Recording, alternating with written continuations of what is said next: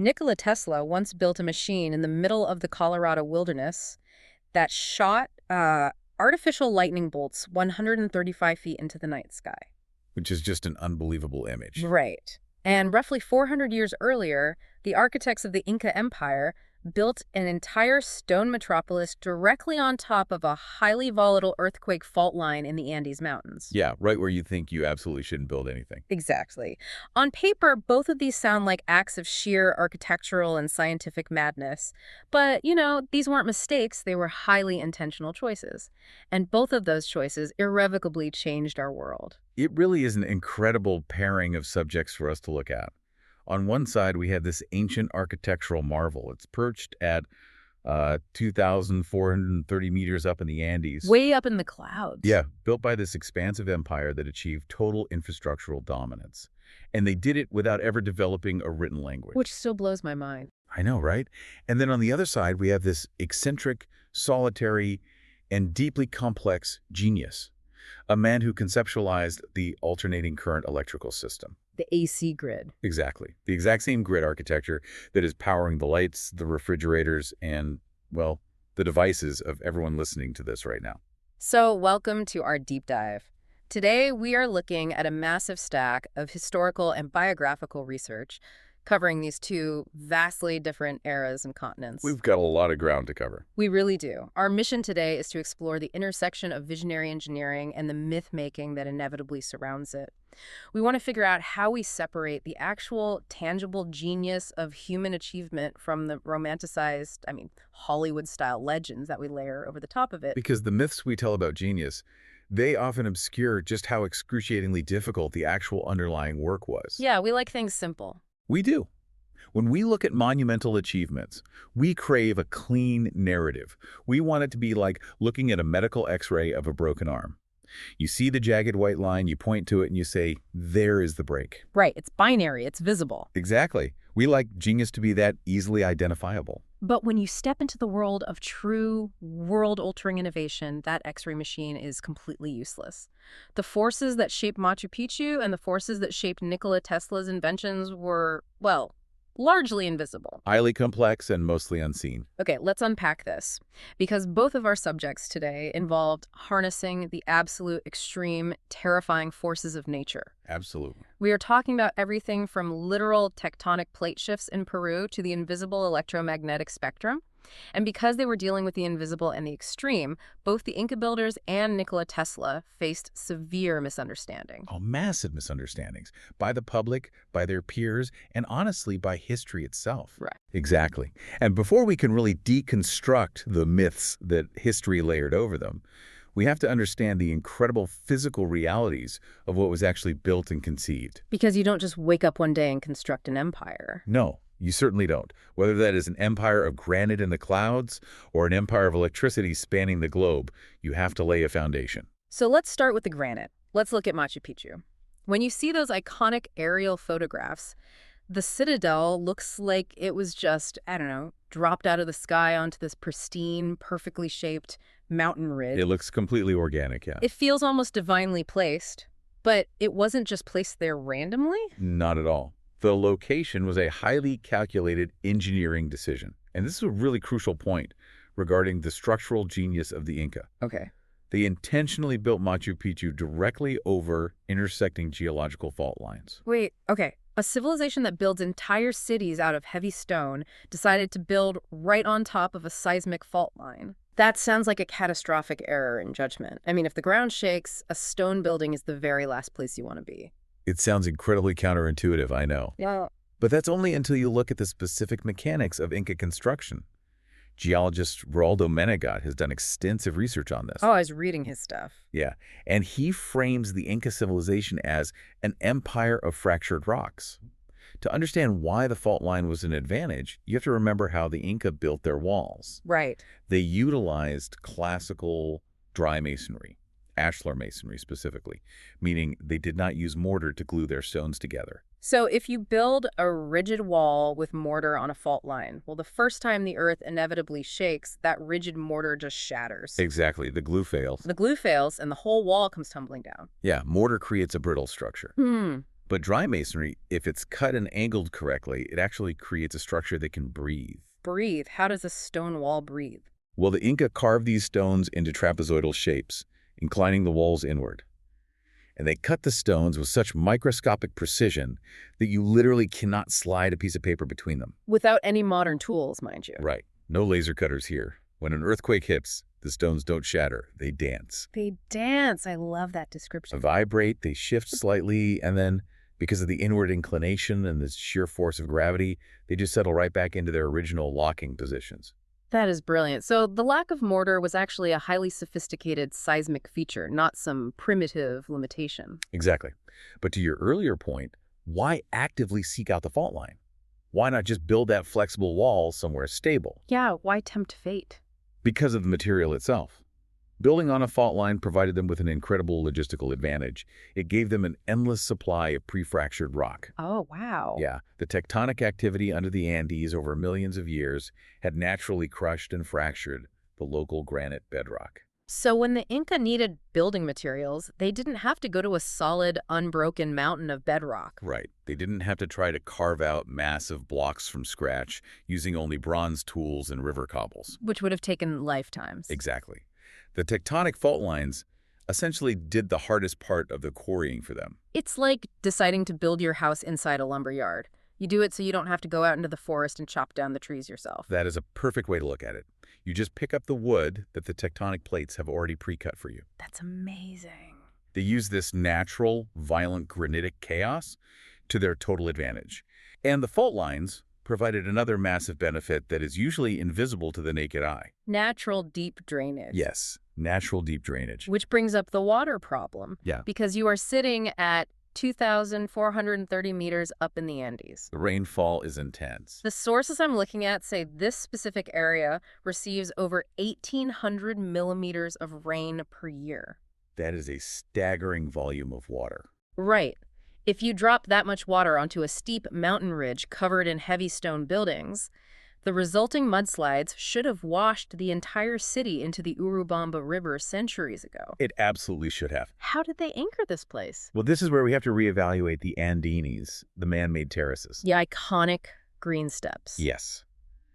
When you look at pictures of Machu Picchu, the most striking visual, aside from the mountain peaks, are those beautiful, stepped green terraces cascading down the sheer side of the mountain. And for a long time, the common assumption was simply that these were agricultural. Right. It's a remote city. You need to feed the people, so you carve farms into the side of the mountain. That is the logical assumption. But modern archaeological surveys reveal that the total terrace farming area was only about 12 acres. 12 acres, which is tiny. It's nowhere near enough land to cultivate the caloric requirements of the estimated 750 permanent residents of the estate. Not even close. The vast majority of their food actually had to be imported from the surrounding lower elevation valleys. So if these monumental, labor-intensive terraces weren't primarily for feeding the population, what were they actually doing? Well, if you aren't building a farm, why are you moving thousands of tons of earth on the edge of a cliff? Exactly. Because they aren't farms. They are a highly sophisticated, completely invisible drainage and stabilization system. Retaining walls. Yes, structural retaining walls disguised as gardens. Excavations and soil hydrology analyses conducted in the 1990s by civil engineer Kenneth Wright showed this clearly. What did he find? He showed that these terraces were built in incredibly complex, calculated layers. They didn't just hack a flat step into the dirt and plant seeds. So what's actually under the grass? Walk me through the mechanics of one of these terraces. It's essentially a massive geological layer cake.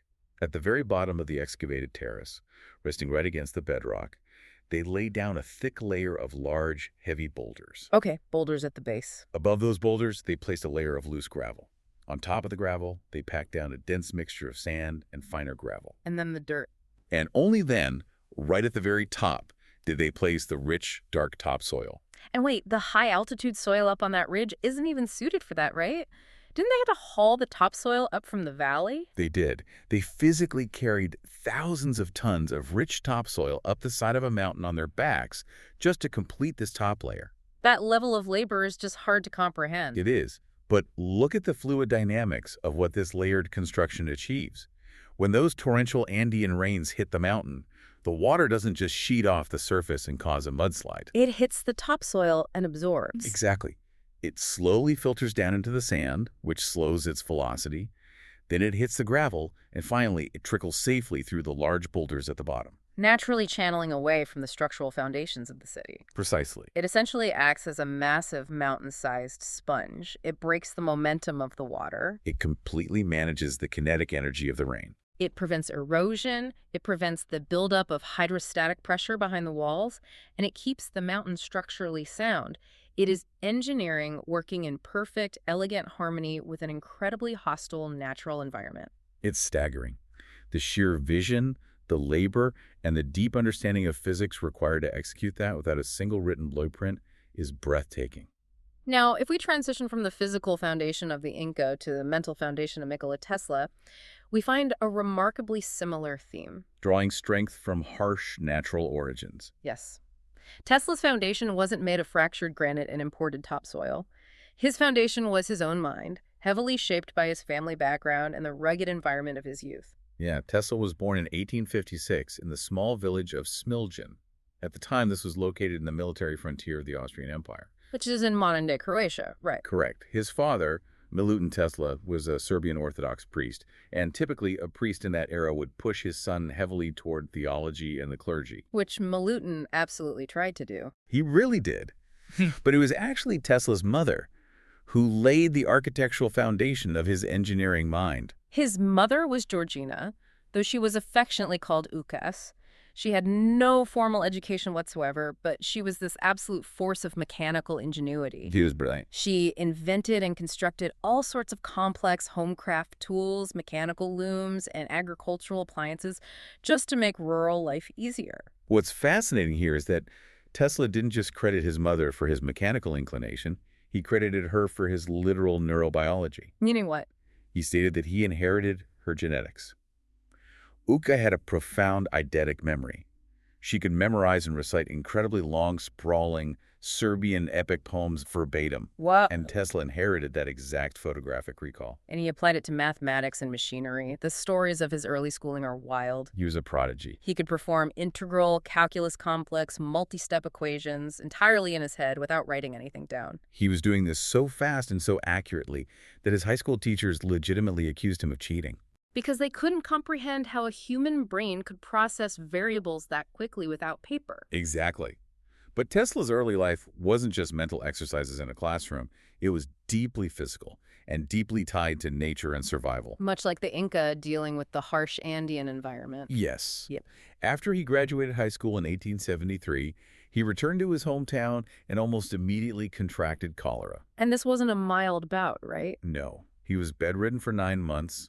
He was near death several times. His body was completely failing him. But there is a fascinating literary detail from this period that I want to mention. During his agonizing recovery, he managed to get his hands on the early translated works of Mark Twain. He devoured Twain's writing. And it's a detail that beautifully loops back into his later life, because decades later, when Tesla's a famous inventor in New York, he and Mark Twain actually become very close friends. It's such a cool historical crossover. Yeah, Tesla would invite Twain to his laboratory to participate in electrical experiments, but during this illness, it was his father's desperation that altered history. Melchor, terrified of losing his son, finally broke down.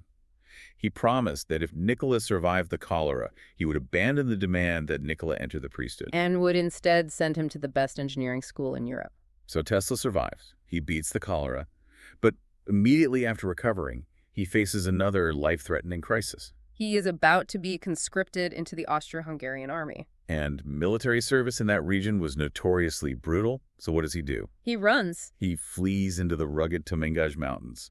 He lives entirely off the grid, dressed in hunter's garb, exploring the wilderness, hiding from the authorities. And he later claimed that this intense, solitary contact with the raw forces of nature, physically and mentally, rebuilt him. It is a striking parallel between our two subjects. Both the Inca engineers and Nikola Tesla looked at the raw, untamed, often dangerous natural world. Whether it was seismic fault lines and torrential rain or the isolation of a wild mountain environment. Exactly. And they didn't see an obstacle. They saw a foundation for their greatest achievements. Tesla emerges from those mountains, enrolls in the Imperial Royal Technical College in Graz, and absolutely dominates the curriculum. He passed nearly twice as many exams as required in his first year. The dean of the technical faculty even wrote a letter to his father, calling Tesla a star of first rank. But that star burns out pretty quickly in an academic setting. He becomes obsessed with his studies, stops sleeping, then completely rebounds in the other direction. He starts failing his classes, he gets heavily into gambling, he loses his tuition money. He never actually graduates, right? No, he doesn't. He ends up suffering a nervous breakdown. He works as a draftsman for a while, moves through Europe, and eventually in 1884 he makes his way across the Atlantic to the United States. Which brings us to a critical pivot point in our deep dive. Once these immense physical and mental foundations are laid, how does the world actually perceive what is built upon them? Because this is where the physical reality of engineering slams headfirst into the narrative machine of myth-making. And myth-making is a powerful, distorting lens. There is perhaps no greater myth in the history of science than the narrative surrounding Tesla's arrival in America and his relationship with Thomas Edison. It's practically folklore at this point. Tesla arrives in New York with just a few cents in his pocket and a letter of recommendation, and he begins working for Edison's machine works. This is the legendary rivalry. Everyone knows the pop culture version of this story. Tesla versus Edison. The pure, altruistic, lone genius Tesla fighting the greedy, thieving businessman Edison. It's an incredibly popular narrative, and it makes for great cinema, but it is highly romanticized and largely inaccurate. Really? So what was the actual dynamic? When Tesla was at the machine works, he wasn't really interacting with Edison on a grand philosophical level. Tesla was a junior engineer doing grueling grunt work. He was troubleshooting installations on ships, fixing lighting systems, doing the heavy lifting of early electrical deployment. Right. But the centerpiece of this rivalry myth is the famous $50,000 bonus story. Oh, yes. The story goes that Tesla approached the manager of the machine works and said he could redesign 24 of their standard, inefficient, direct current machines. And the manager allegedly offered him a $50,000 bonus if he could pull it off. Tesla works day and night, succeeds, and when he asks for his money, the manager laughs in his face. The famous quote attributed to Edison's camp is, "Tesla, you don't understand our American humor." They tell him it was just a practical joke. But the reality of corporate finance in the 1880s casts a lot of doubt on that, doesn't it? Absolutely. Historical and financial records suggest the Machine Works company didn't even have that kind of liquid cash on hand to offer. Because $50,000 in 1885 would be equivalent to over $1.7 million today. Right. You don't just casually offer a junior engineer a $2 million bonus as a joke. Right, that's not a prank, that's bankruptcy. Exactly. Whether the offer was real, wildly exaggerated by Tesla later in life, or the result of a massive language and cultural misunderstanding, the end result was the same. Tesla felt deeply insulted and quit after only 6 months on the job. Okay, let's unpack this. Here's where it gets really interesting, though, because the persistent myth is that Tesla, the lone wolf, storms out of Edison's lab, retreats to his own secret workshop, and single-handedly invents the electrical future in a vacuum. Which is completely false. Yeah. The reality is that visionary engineering is incredibly expensive. Tesla desperately needed patrons. He wasn't just a lone genius, he was a brilliant but broke engineer who needed business-savvy partners to survive. Without a doubt. After he quits Edison, things get very dark for Tesla.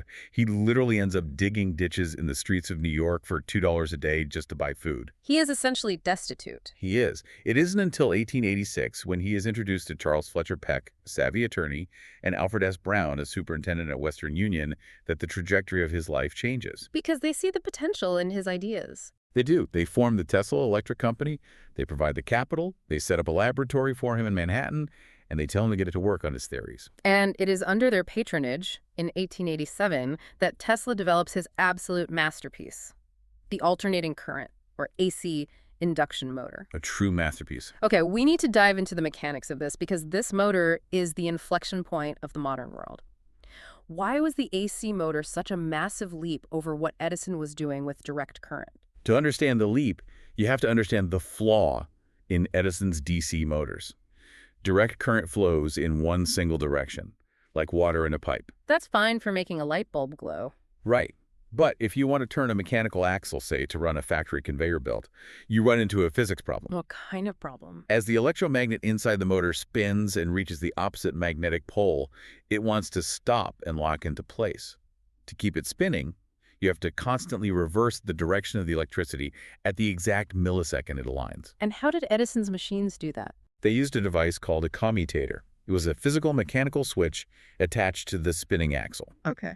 And to deliver the electricity to this spinning switch, they used brushes. Actual physical blocks of carbon or metal that constantly rubbed against the spinning commutator. That sounds like a mechanical nightmare. You have blocks of metal grinding against a spinning axle thousands of times a minute. It was incredibly inefficient. The friction wore the brushes down rapidly. They required constant replacement. And they sparked. Right. Constantly. Imagine a factory floor filled with explosive textile dust, and your electric motor is just shooting sparks everywhere. It was dangerous and high maintenance. And then Tesla unveils his AC induction motor. Explain how he solved the sparking brush problem.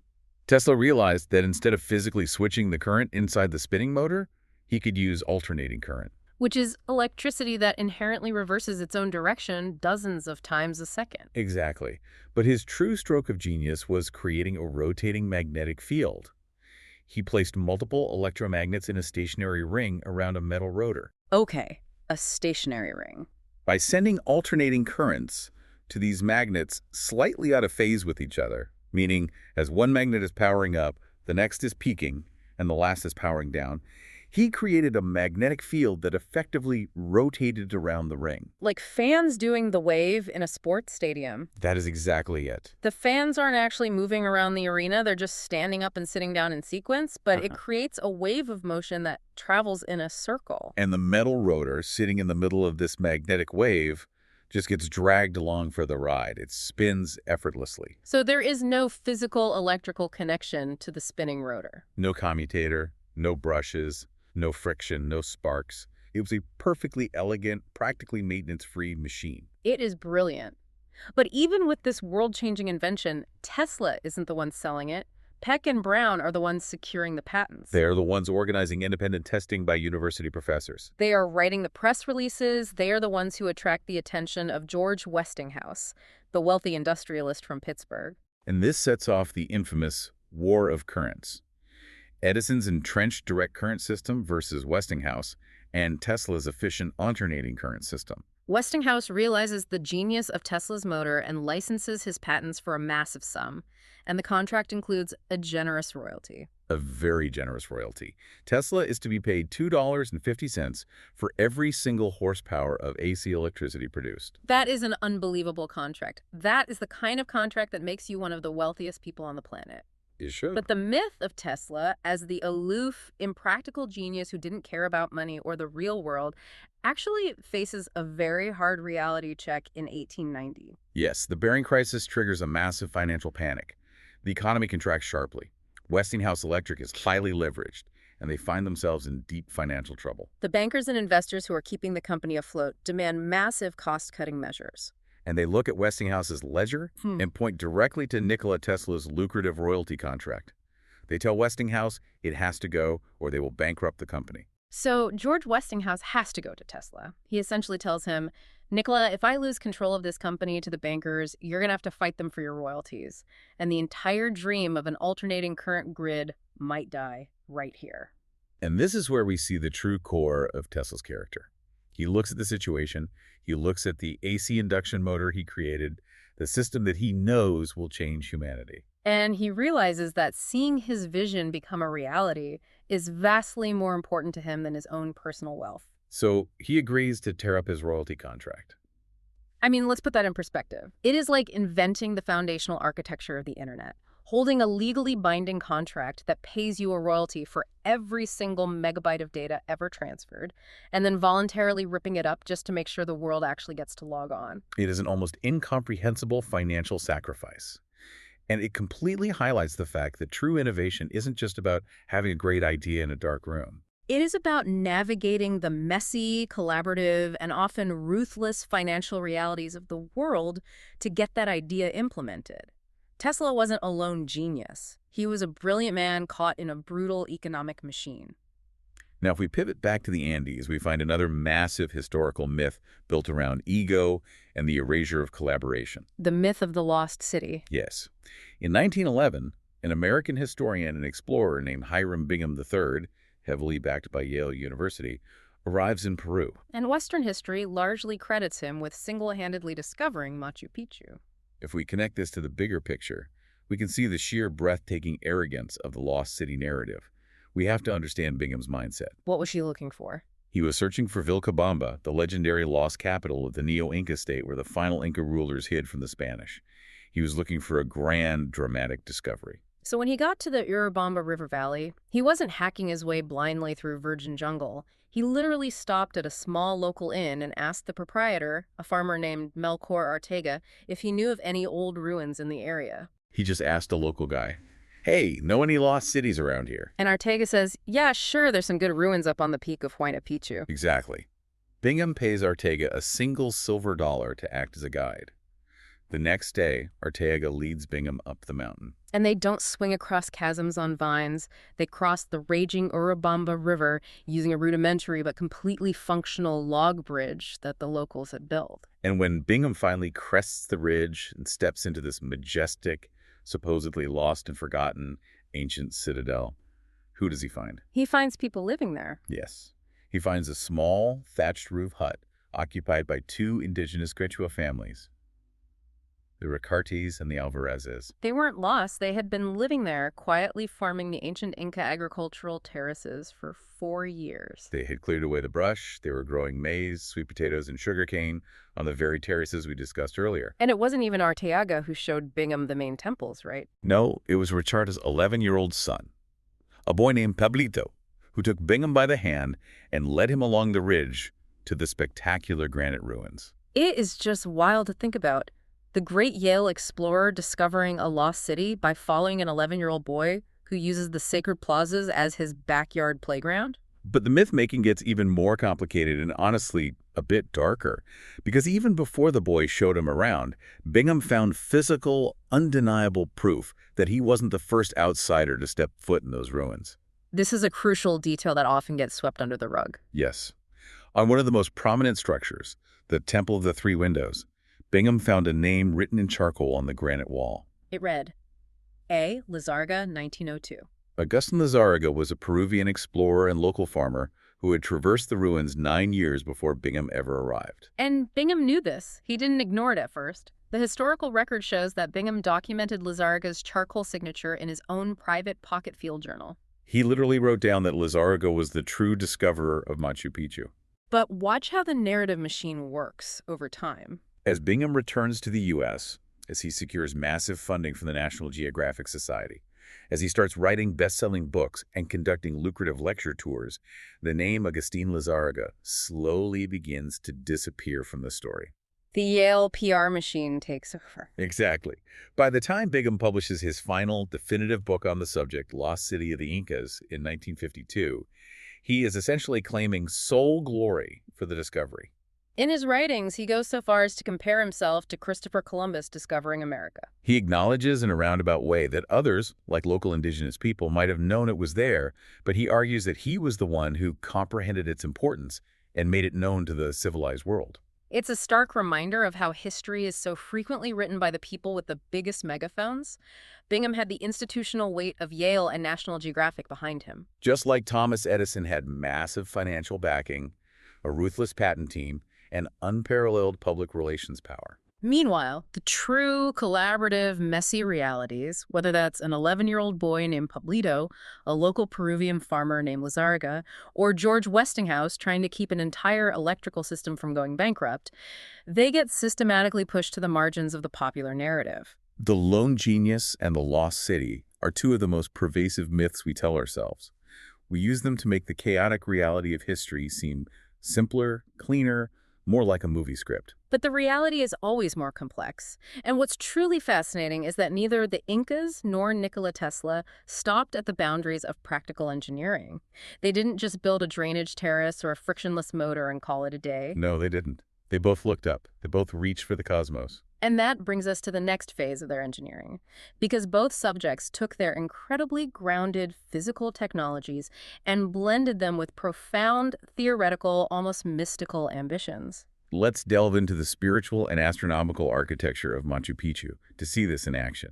The site itself is highly organized. It's divided into an agricultural sector and an urban sector. And within the urban sector, The city is split by a large central plaza into an upper town, the Hanan, and a lower town, the Hiram. If you walk up the stone stairs into the Hanan, you find the most finely crafted, sacred structures in the entire complex. And the most famous of these is the Intopotana stone, which translates from the Quechua language as the place where the sun is tied. Yes. And here again, we have to rely on modern science to debunk an old myth. For decades, early tour guides and popular history books claimed that the Intihuatana was simply a giant sundial. A solar calendar gnomon that cast a shadow to tell the Inca the exact date and time. But the mechanics of a sundial don't actually match the stone, do they? Not at all. Yeah. Modern archaeastronomical studies cast serious doubt on the sundial theory. The angles of the carved stone don't align perfectly to cast accurate calendrical shadows throughout the year in the way a true gnomon would. So what was it doing? Researchers now believe it was used for horizontal solar observations, and more importantly, it was geographically aligned with the sacred mountains, or apis, that surround the site, such as Salcantay and Machu Picchu. So it wasn't just a giant clock to tell farmers when to plant corn. It was a physical stone tether connecting the city to the surrounding sacred landscape and the cosmos itself. Precisely. The Inca believed in a deep reciprocal relationship with the cosmos. And we see the precision of this astronomical engineering even more clearly in a remarkable cave structure known as Inti Mache. Which is located just below the area known as the Condor Stone. Right. The stone masonry inside this cave is astonishing. It is some of the finest, most polished ashlar masonry found anywhere in the entire Inca Empire. But what makes it truly spectacular is a unique, tunnel-like window carved into the rock. Let's talk about the physics of that window because it is mind-blowing. The architects designed and carved this tunnel window so that direct sunlight only enters the deep interior of the cave for a few specific days out of the entire year. The days immediately surrounding the December solstice. Exactly. For the rest of the year, the cave remains in shadow. What's fascinating here is the social and political function of that captured sunlight. This wasn't just a neat architectural trick. This specific cave was used to observe the royal feast of the sun, which the Incas celebrated during their month of Capac Remi. On the exact day of the December solstice, young boys from the Inca nobility would stand inside this dark cave and wait. As the sun rose, the beam of light would travel through the tunnel and illuminate the cave. In that divine light, the boys underwent a sacred, ear-piercing ritual to initiate them into manhood and the ruling class. You have to appreciate the psychological power of that engineering. The architecture isn't just about knowing what day it is. It's about securing supernatural favor and legitimizing power. Right. If you are an Inca ruler and you command an architectural marvel that literally captures the sun on the exact day your nobles become men, you are physically demonstrating to your people that you have a direct connection to the divine. You are literally tying your political authority to the mechanics of the solar system. It is the ultimate synthesis of statecraft, religion, and astronomical engineering. Now, if we look for that exact same synthesis, that blend of profound theory, manipulation of natural forces, and an almost magical ambition in Tesla's life, we have to travel to Colorado Springs in the year 1899. Colorado Springs is where Tesla's genius begins to detach from practical industry and reach for the planetary scale. He moves out west to set up an experimental station. The high altitude and the dry air are perfect for the high-voltage electrical experiments he wants to run. He strikes a deal to get free alternating current electricity from the El Paso Electric Light Company.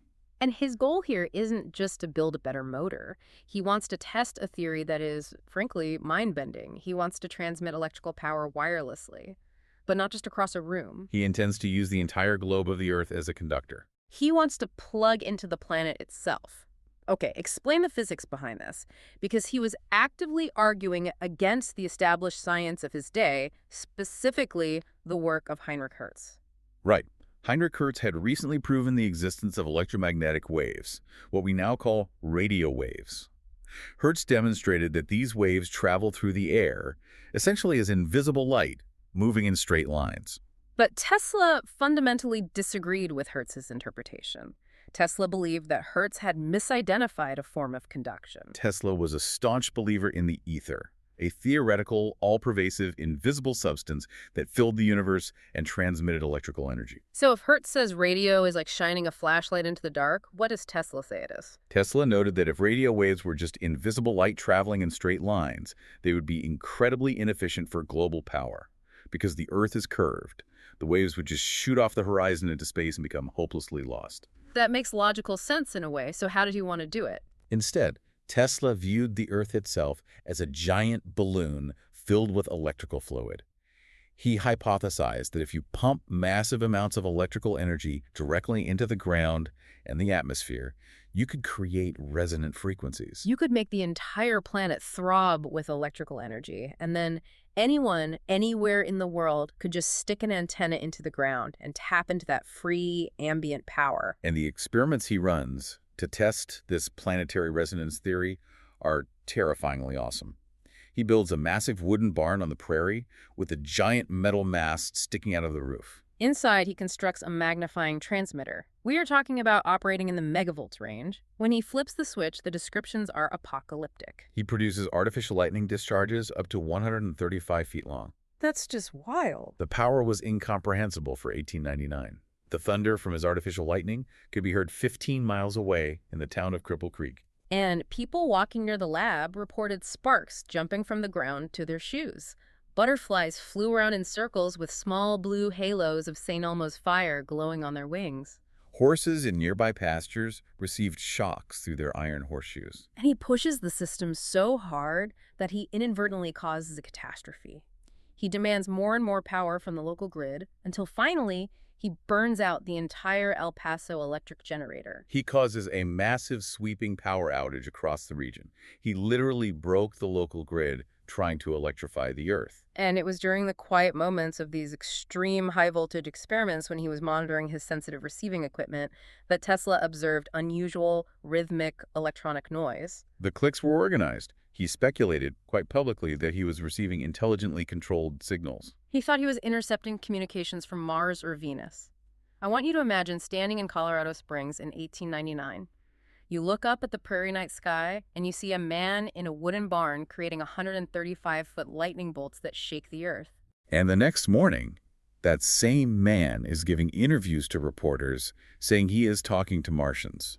Is it any wonder that the line between science and magic completely blurred for the public? It is entirely understandable. He was manipulating forces that were utterly invisible and deeply frightening to the average person. Now, we know today that his underlying premise, that he could efficiently use the entire globe as a resonant conductor for industrial electrical power, was incorrect. He misunderstood the fundamental nature of radio wave propagation and the physics of the ionosphere. The signals he heard were likely natural Whistler waves generated by distant lightning storms, not Martians. Yet, despite being theoretically wrong about the ether, the actual physical hardware he built, the resonant transformer circuits, the early tuning coils, laid the essential groundwork for advanced high-frequency engineering and modern radio. It's a profound parallel. The Inca were technically incorrect that you could physically tether the sun to a carved rock, but the architectural and mathematical precision they achieved in their attempt to do it was flawless. Tesla was wrong about the ether, but the machines he built to harness it were brilliant. But what happens when these monumental visions clash with the harsh, unforgiving realities of time, money, and disease? That brings us to the decline. Let's look at abandonment, obsession, and the aftermath. All grand designs eventually face the crucible of time and circumstance. In the case of Machu Picchu, despite the incomprehensible amount of labor poured into the stonework and the drainage terraces, the estate had an incredibly short lifespan. It was only actively used by the Inca elite for about 80 years. 80 years, all that granite carving, all that topsoil hauled up the mountain for less than a century of occupation. That is a blink of an eye in historical terms. And the society that lived there for those 80 years was not just a monolithic group of royals, it was a remarkably complex, diverse microsociety. The skeletal remains excavated from the burial caves surrounding the site tell an incredible story about the Yanaconas. The Yanaconas were the permanent support staff, right? Yeah. The artisans, the farmers, the servants who kept the estate running while the royals were away. Yes. And modern science has completely revolutionized our understanding of who these people were. Recent genome-wide analyses, combined with advanced isotope studies, show that the Yanaconas came from all over the massive Inca Empire. They weren't just locals. They came from the distant coastal regions, the high plateau, and even the Amazon basin. Okay, stop there. Explain the mechanism behind that. How can a modern scientist look at a 500-year-old bone and know that the person grew up on the coast instead of in the mountains? It all comes down to the chemistry of the water you drink and the food you eat while you are growing up. Scientists analyze specific isotopes, like strontium and oxygen, trapped in the tooth enamel and bone collagen. Strontium isotopes in the soil vary based on local geology, right? Right. When you eat plants grown in that soil, that specific chemical signature gets locked into your bones. They also look at carbon and nitrogen isotopes to determine diet. So, what did the bones at Machu Picchu tell us? Many individuals buried at Machu Picchu had long-term chemical signatures in their bones, showing a childhood diet heavy in marine resources, fish and seafood. That tells us they grew up on the coast. But their short-term signatures, the bone that remodeled in the years right before they died, showed a massive shift. Yes, a shift to a diet dominated by C4 plants, specifically high-altitude maize, which was the staple food provided at Machu Picchu. That is essentially reading a biography written in bone chemistry. Yeah. And it wasn't just the isotopes. They found physical markers of the environments they traveled through. Yes, osteological markers. For example, researchers found specific bone lesions and damage caused by various species of water parasites. And these parasites are indigenous to entirely different, geographically distinct areas of Peru. And these diverse workers didn't just bring their skills, they brought their lives with them. They found the bones of alpacas and llamas, which are native to much higher, colder altitudes, brought down to the estate. They even found the remains of 6 dogs carefully buried alongside human masters, clearly beloved companions of the dead. It was a thriving, bustling, incredibly diverse community. And then roughly around the time of the Spanish conquest in the 1530s, it was abruptly and completely abandoned. The specific reason isn't recorded because, again, no written language. But it is deeply linked to the rapid collapse of the Inca political state. Furthermore, there is a strong prevailing theory that smallpox, a devastating pathogen introduced to the continent by European travelers, swept down the trade routes. And decimated the Anaconda population before the Spanish conquistadors ever even realized the city existed. So this majestic, earthquake-proof mountain citadel, built to endure for millennia, is essentially wiped out by a microscopic virus, and the jungle just slowly swallows it whole. Now, if we look at Tesla's aftermath, we see a different kind of collapse, a financial and psychological one. After the Colorado Springs experiments, Tesla returns to New York with a grand vision. He convinces the incredibly powerful financier J.P. Morgan to give him $150,000 to build Wardenclyffe Tower on Long Island. Wardenclyffe was supposed to be the culmination of his life's work, a massive wireless transmission station. But the timing is tragic for Tesla. While he is trying to build this monumental, highly complex tower to pump energy into the earth, a young Italian inventor named Guglielmo Marconi takes a much more pragmatic approach. In December 1901, Marconi uses a much simpler, traditional radio wave system to successfully transmit a single Morse code letter, the letter S, across the Atlantic Ocean. Marconi achieves practical results using the very Hertzian waves that Tesla dismissed, and Wall Street responds instantly. Investors flock to Marconi because his system works right now and it's cheap. J.P. Morgan, seeing that Tesla is constantly asking for more money for a massive theoretical project with no immediate commercial return, pulls his funding. The Wardenclyffe project grinds to a halt. The tower is eventually sold for scrap, and Tesla is financially ruined. He ends up having to mortgage the Wardenclyffe property just to cover his mounting hotel debts at the Waldorf Astoria. And this failure begins the deeply melancholic, isolated final chapters of his life. He never owns a home. He lives out his later decades moving from one New York hotel to another. The Waldorf Astoria, the St. Regis, the Hotel Governor Clinton, the Hotel New Yorker, he constantly leaves unpaid bills behind. He develops severe obsessive-compulsive behaviors. And his only real emotional connection seems to be an intense affection for the city's pigeons. He walks to the park every single day to feed them, and he begins nursing injured birds in his hotel room.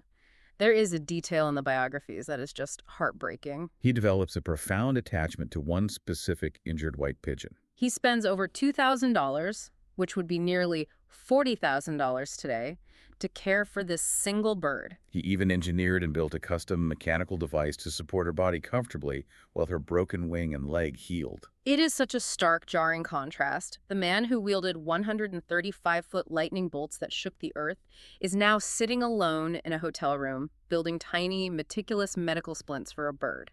But despite the isolation, he never stopped pitching his grand, world-altering visions.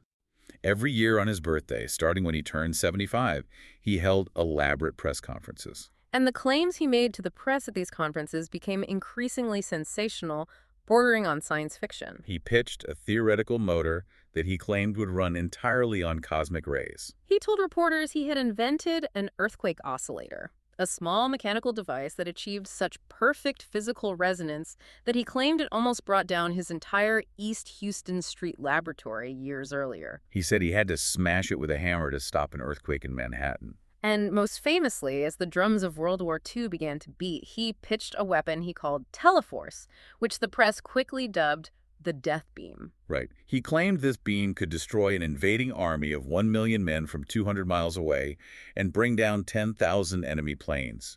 He offered the conceptual plans to the governments of the US, the UK, the Soviet Union, and Yugoslavia.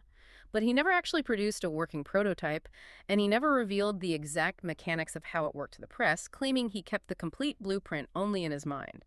It's a stark reminder of his era and his isolation.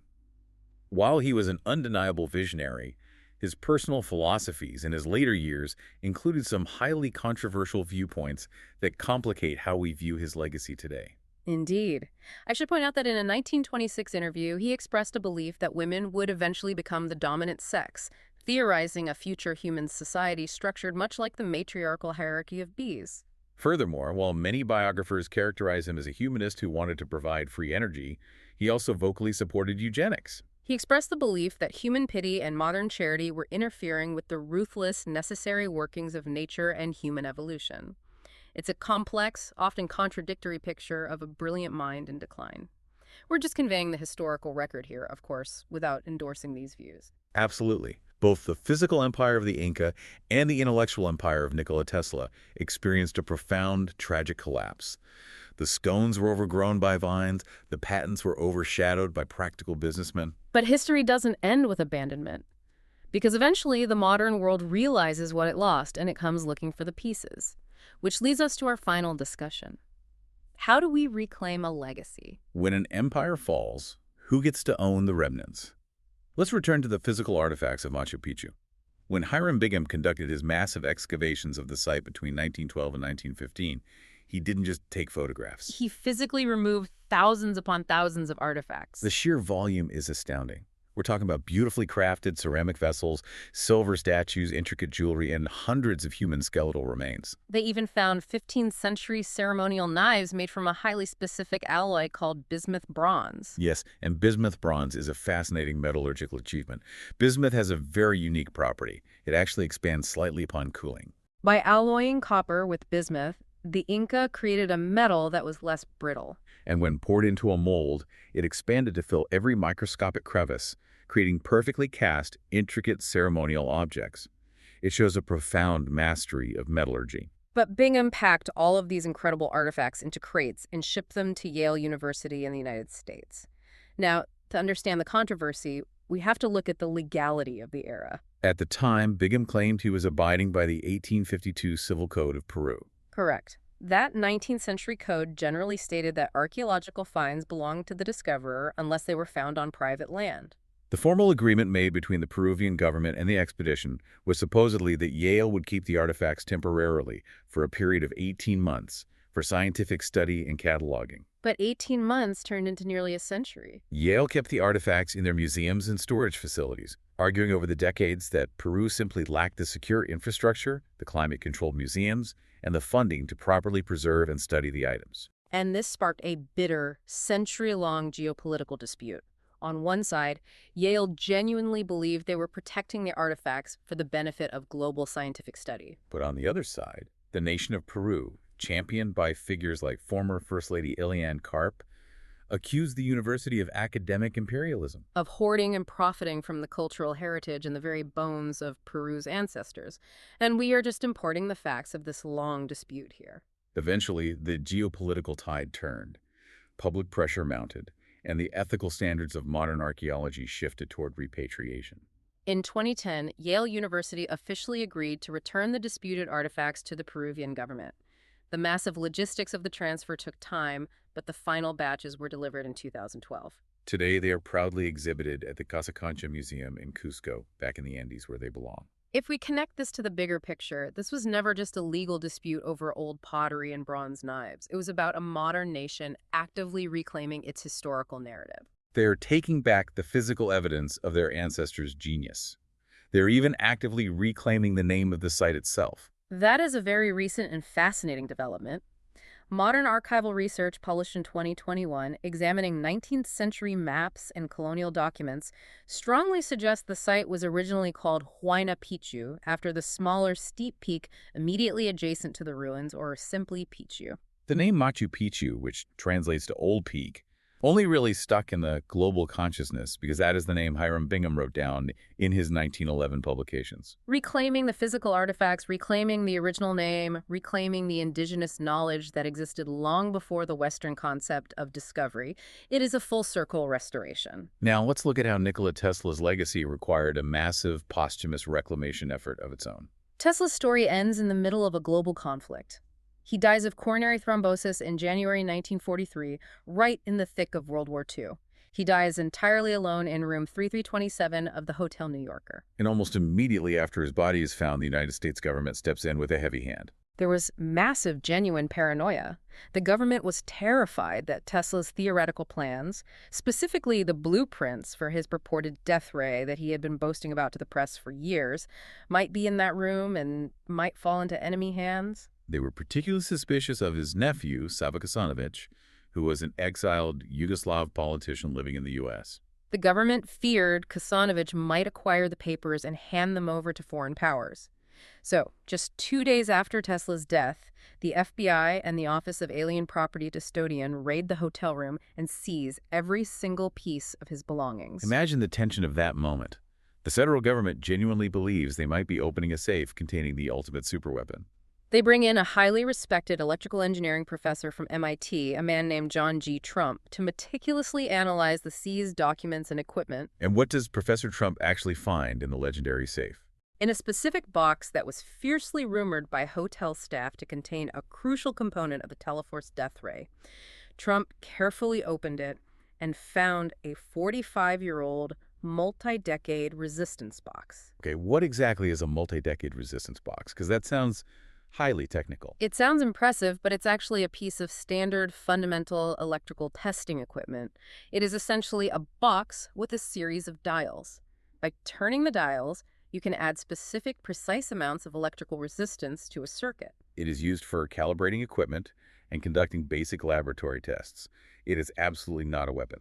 Trump concluded his review by stating that there is nothing in Tesla's papers that would constitute a hazard in unfriendly hands. It was mostly just old theoretical notes, unpaid bills, and standard electrical components. But there was a massive posthumous victory for Tesla's intellectual property that happened that same year. Just months after he died in 1943, the United States Supreme Court made a landmark ruling in a patent infringement case involving the Marconi Company and the U.S. government.